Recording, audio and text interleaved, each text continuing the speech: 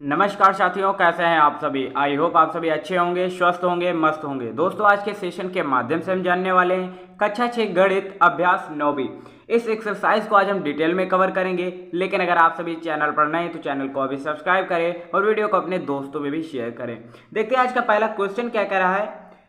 पार्श्व चित्र में तिर्यक रेखाओं की पहचान कर अपने अभ्यास पुस्तिका पर लिखें। तिर्यक रेखाओं की पहचान करना है। ठीक इसी प्रकार के कुछ क्वेश्चंस हैं। इस वीडियो को देखने से पहले आप इससे पहले की क्लास को जरूर देख लें, लिंक डिस्क्रिप्शन में दिया गया है। अगर वो क्लास नहीं देखी है तो पहले उसे देखिए, क्योंकि जब भी आप बेसिक तैयार नहीं रखेंगे आपको आगे की चीज़ें क्लियर नहीं होगी। ठीक है, तो पहले उस क्लास को देखिए, फिर इस क्लास को देखिएगा। ठीक है, तो चलिए बढ़ते हैं आज के पहले क्वेश्चन की तरफ। और पहला क्वेश्चन यहाँ पर दिया गया है, पार्श्व चित्र में तिर्यक रेखाओं की पहचान कीजिए।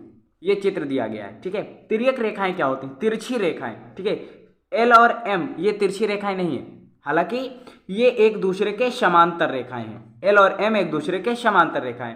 आपको इसमें तिर्यक रेखाओं की पहचान करना है। ठीक है, तो तिर्यक रेखा इसमें कौन कौन सी होगी? तिर्यक मतलब तिरछी रेखा, और तिरछी रेखाएं कौन कौन सी हैं? देखो, एक तो ये तिरछी रेखा है, कौन सी? एन, और दूसरी के। तो तिर्यक रेखा कौन कौन सी होगी? एन और के, यही आपको लिखना था। तिर्यक का मतलब होता है तिरछी रेखाएं, तो इसमें तिरछी रेखाएं कौन सी दी गई हैं? एन और के। ठीक है, तो यही आपका आंसर आ रहा होगा, आप चेक कर सकते हैं। सेकंड दिया गया, पार्श्व चित्र में बताएं कि रेखा ए बी और सी डी के अंतः क्षेत्र और वाय क्षेत्र में क्रमशः कौन से बिंदु हैं? तो ए बी और सी डी के अंतः क्षेत्र, सबसे पहले हम अंतः क्षेत्र लिखेंगे। भुजा या रेखा आप लिख सकते हैं। भुजा ए बी व सी डी के अंतः क्षेत्र में बिंदु। अंतः क्षेत्र मतलब अंदर।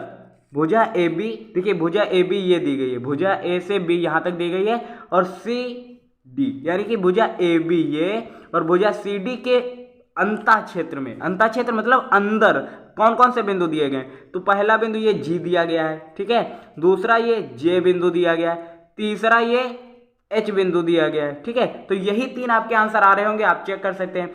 अंतः का मतलब होता है अंदर, तो आपको अंदर देखना है, इन दो रेखाओं के अंदर। तो जी बिंदु दिया गया है, जे बिंदु दिया गया है और एच बिंदु दिया गया है। तो जे, जी और एच आपका राइट आंसर आ रहा होगा। ठीक है, उसके बाद आपको देखना है ए बी व सी डी के वाह्य बिंदु। ठीक है, वाह्य बिंदु, वाह्य क्षेत्र में बिंदु। ठीक है, वाह्य क्षेत्र में बिंदु। वाह्य क्षेत्र मतलब बाहर आपको देखने हैं। ठीक है, भुजा ए बी के बाहर कौन बिंदु दिया गया? एक तो एल बिंदु दिया गया है। ठीक है, दूसरा आई बिंदु दिया गया है, तीसरा यहां पर आप देख पा रहे होंगे के बिंदु दिया गया है। ठीक है, बस यही तीन बिंदु दिए गए, एक तो के दिया गया है, आई दिया गया है और एल दिया गया है। ठीक है, तो इस तरह से आपने अंतः बिंदु और वाह्य बिंदु निकाल लिए। वाह्य बिंदु क्या होता है? भुजाओं के बाहर का क्षेत्र। बाहर का क्षेत्र आप देख पा रहे होंगे, ये भुजाएं और इन भुजाओं के अंदर का जो क्षेत्र होता है उसे हम अंतः क्षेत्र कहते हैं, और इन भुजाओं और इन भुजाओं के जो बाहर का क्षेत्र है ये आप देख पा रहे हैं, इसे वाह्य क्षेत्र कहते हैं। इन क्षेत्रों में कौन कौन से बिंदु स्थित है? जैसे आई स्थित है, एल स्थित है और के स्थित है, तो ये वाह्य क्षेत्र में स्थित है। तो हमें लिखना था तो हमने यहाँ पर लिख दिया। अंतः की बात कर रहा था तो एच यहाँ पर स्थित है, जे स्थित है और जी स्थित है, तो वो हमने अंतः क्षेत्र में लिख दिया। ठीक है, तो अंतः क्षेत्र और वाह्य क्षेत्र क्या होता है, आई होप आप सभी समझ गए होंगे। ठीक है, और अब चलते हैं तीसरे क्वेश्चन की तरफ। तीसरा क्वेश्चन क्या कर रहा है? रिक्त स्थानों की पूर्ति कीजिए। क्वेश्चन क्या कर रहा है? कोण दो और एकांतर कोण है। एकांतर कोण क्या होता है? ठीक है, तो ये कोण दिया गया है तिर्यक रेखा के विपरीत। तिर्यक रेखा के आपको विपरीत देखना है, किंतु उसी में देखना है। देखिए, मान लीजिए ये तिर्यक रेखा दी गई है पूरी। ठीक है, तो इसके विपरीत यहां पर देखेंगे, ये जो कोण दिया गया है ये होता है एकांतर कोण। ठीक है, आप जब भी आपसे कोई क्वेश्चन करे कि एकांतर कोण क्या होता है, तो ये जो कोण होता है इस कोण का एकांतर कोण होता है। ये आपको सदैव ध्यान रखना है। ठीक है, आपको ये सदैव ध्यान रखना है। मान लीजिए ये तिर्यक रेखा है और ये दो रेखाएं दी गई, तो ये कोण और ये कोण सदैव एकांतर कोण होते हैं। तो कोण दो का एकांतर कोण कौन सा होगा? कोण 8। ठीक है, अब कह रहा है कोण दो का संगत कोण है, तो कोण दो का संगत कोण कौन सा होगा? बताओ। देखिए ये कोण और ये कोण संगत कोण होते हैं, ये आपको याद रखना है। ये कोण और ये कोण संगत कोण होते हैं, तो कोण दो का संगत कोण कौन सा होगा? कोण 6। ठीक है, तो कोण 6 आपको यहाँ पर लिखना है। उसके बाद कह रहा है कोण दो और तिर्यक रेखा के एक ही ओर स्थित अंतः कोण। तो देखिए तिर्यक रेखा ये दी गई है, इसके एक ही ओर कौन कौन से कोण स्थित है? अंतः कोण वो भी।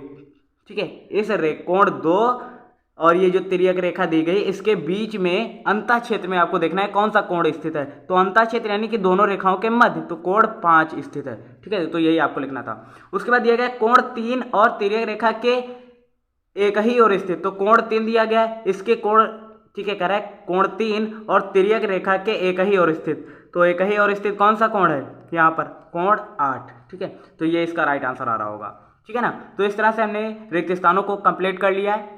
सेकंड दिया गया है, चौथा क्वेश्चन क्या कर रहा है, पार्श्व चित्र में देखकर उत्तर दीजिए। ठीक है, पहला क्वेश्चन यहाँ पर क्या कर रहा है, एकांतर कोणों के युग्म के नाम बताइए। एकांतर कोण क्या होता है, ठीक है, अभी मैंने आपको बताया था, यहाँ पर आप देख पा रहे होंगे। देखिए तिर्यक रेखा के, देखिए दूसरी ओर जो स्थित है एक कोण ये, और विपरीत ये कोण स्थित है, तो ये होते हैं एकांतर कोण। ठीक है, ये क्या होते हैं, एकांतर कोण। और यहाँ पर जो एक कोण होगा और ये कोण एक दूसरे के एकांतर कोण, सॉरी ये कोण, ठीक है, ये कोण और ये कोण एकांतर कोण होंगे, ये कोण और ये कोण एकांतर कोण होंगे। ठीक है, तो एकांतर कोण होते क्या है, तो कह रहा है एकांतर कोणों के युग्मों के नाम बताइए। ठीक है, तो एकांतर कोणों के युग्मों के कोणों के युग्म बनाते हैं। देखिए एक तो ये 8 दिया गया, आपको देखिए थोड़ा सा ध्यान से देखना होगा तभी आप कर पाएंगे। ठीक है, तो पहले करते हैं कोण 7 का देखते हैं। ठीक है, तो कोण 7 का होगा एकांतर कोण कौन सा होगा, कोण 6। ठीक है, तो कोण 6 होगा, पहला तो ये हुआ। ठीक है, फिर दूसरा कौन सा होगा, उसके बाद कोण 2 का देखेंगे, तो कोण 2 का देखेंगे, तो कोण 2 का इसका एकांतर कोण ये होगा कोण 3। ठीक है, एक तो ये हो गया। उसके बाद आप देखेंगे कोण 3 का देखेंगे, तो इसका एकांतर कोण कौन सा होगा, कोण 8 का। कोण 8 का एकांतर कोण देखिए, इसका एकांतर कोण कौन सा होगा बताओ, ये होगा ना, ओ सॉरी, तो इसका नहीं, 2 ही होंगे, कोण 7 का कोण 6 होगा और कोण 2 का कोण 3 होगा। ठीक है, उसके बाद सेकंड क्वेश्चन क्या कर रहा है, सेकंड क्वेश्चन कर रहा है संगत कोणों के युग्मों के नाम बताइए। संगत कोण क्या होते हैं, चलिए देखते हैं। संगत कोण होते हैं तिर्यक रेखा के एक ही ओर स्थित कोण, जैसे कोण 8 का, ठीक है, कोण 8 का संगत कोण कौन सा होगा, कोण 6। ठीक है, इसका कोण 6 होगा। कोण 2 का संगत कोण कौन सा होगा, कोण 5। ठीक है, आपको ध्यान से देखना है तभी आप कर पाएंगे। ठीक है, उसके बाद दिया गया है कोण 1 का संगत कोण कौन सा होगा, कोण 3। ठीक है, कोण 1 का संगत कोण कौन सा होगा, कोण 3। ठीक है, उसके बाद कोण 7 का संगत कोण कौन सा होगा, 7 का ये 4 होगा।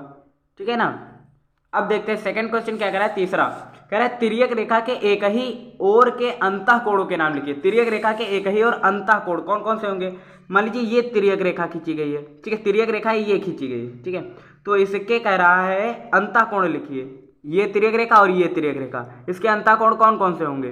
ठीक है, तो कोण 2 होंगे, कोण 6 होंगे, कोण 7 होगा, कोण 3 होगा। ये तिर्यक रेखा खींची गई और ये तिर्यक रेखा, तो ये अंदर कोण स्थित है, तो इन्हीं को आपको लिखना था। ठीक है, उसके बाद चौथा क्वेश्चन क्या कह रहा है, तिर्यक रेखा के एक ही ओर स्थित वाह्य कोणों के नाम लिखिए।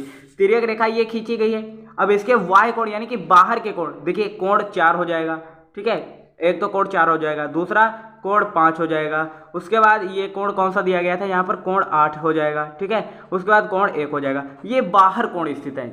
देखिए ये तिर्यक रेखा खींची गई और ये तिर्यक रेखा, इसके बाहर जो भी कोण स्थित है, जैसे कोण 4, कोण 5, ठीक है, और कोण 8 ये और कोण 1, तो ये तिर्यक रेखा के बाहर कोण स्थित है, उन्हें हमें लिखना था। उसके बाद अंतः क्षेत्र में कह रहा था, तो कोण 2 जैसे कोण 6, कोण 7, कोण 3, ये अंदर स्थित है तिर्यक रेखा के, इन दोनों के। ठीक है, और उसके पहले कह रहा था यहाँ पर एकांतर कोण है ना, एकांतर कोणों के युग्मों के नाम बनाइए। एकांतर कोण कौन कौन स्थित है, जैसे कोण ये दिया गया, आप यहाँ पर देख पा रहे होंगे।